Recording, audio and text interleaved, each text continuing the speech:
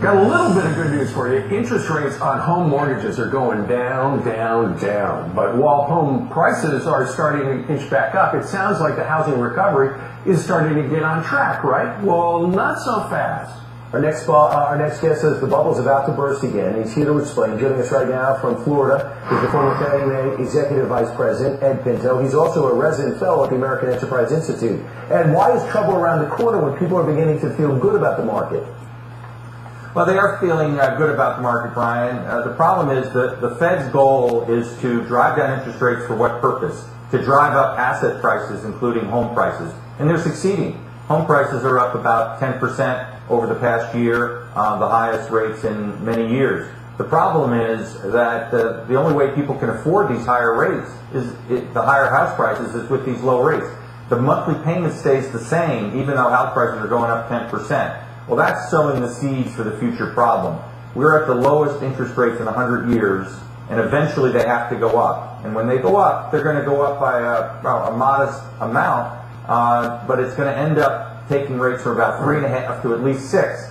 At that point, incomes either have to go up by a third, or house prices have to drop by a quarter, or they have to loosen underwriting once again, and we've been down that road before. Mm-hmm. And so that's the problem. Also, one of the components to this, Ed, is the fact that, and this is what grabs the headlines, home prices right now are going up, and people go, great, I feel a little richer. The reason for that is the inventory is shrinking. Look at this. Home prices up close to a little over 9% in the last year. But here's one of the problems, and this could lead to another bubble, and that is the government still is in the business of giving mortgages to people who put nothing down, right?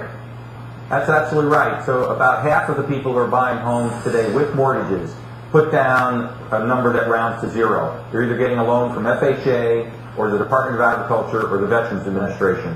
And those programs have very low down payments.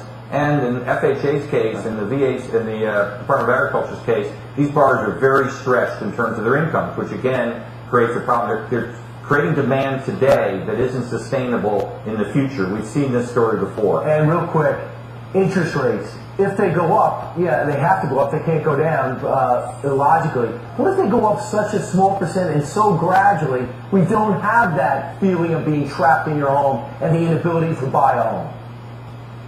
It could happen that way, Brian, but history shows us, and I've gone back and looked at back to 1860. These trends go on for a long time, and when they reverse for a long time. And so we're at the lowest rates in well over 100 years. And when this reverses, interest rates have been coming down for 30 years, since about 1981. When this reverses, they will go up. An increase to 6%, which is not a big increase. I mean, most people might remember 6% used to be a low interest rate. An increase to 6% requires incomes having to go up 33%. If that happens in just a few-year period, that's the problem. At the same time, you have all these investors that hedge funds that are buying rental properties. If they put those on the market at the same time because their investment scenario is turned, that hot money is also going to create problems. We're really creating distortions with these low interest rates. The sooner the Fed starts unwinding this problem that they're creating, the less the problem is going to be. Indeed. All right, great advice. Ed Pinto, resident fellow at the American Enterprise Institute, joining us tonight from beautiful Sarasota. Thank you, Ed. All right.